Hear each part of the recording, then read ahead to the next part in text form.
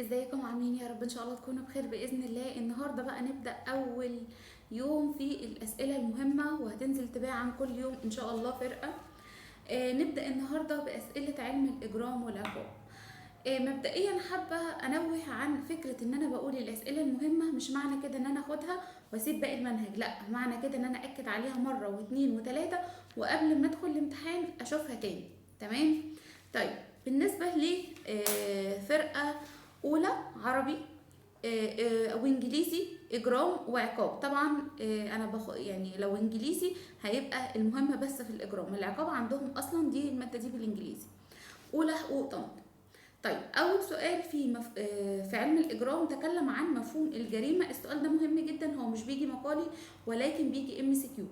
تكلم عن مفهوم المجرم، بيجي مقالي وبيجي MCQ، فناخد بالنا منه كويس جدا.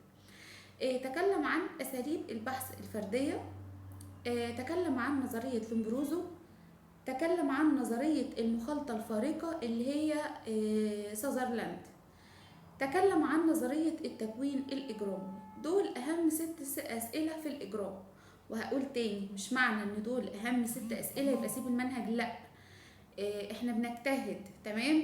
ودي الاسئله اللي بتيجي في الامتحان كتير، فعشان كده هي مهمه. نذاكر المنهج كله ونأكد على دول مرة واثنين وثلاثة. طيب، بالنسبة للعقاب،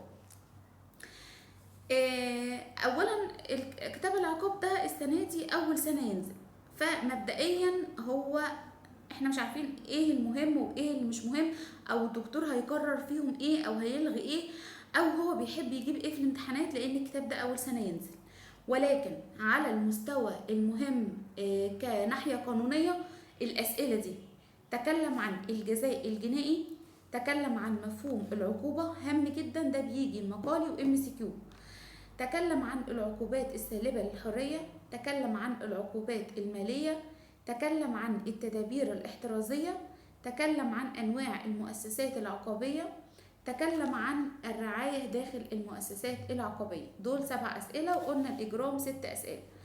طيب، ده بالنسبة لأهم الأسئلة. إن شاء الله قبل الامتحان هنبقى ننزل طريقة الحل في المادة، كمان المتوقع قبل الامتحان إن شاء الله. أشوفكم على خير في باقي المواد. سلام.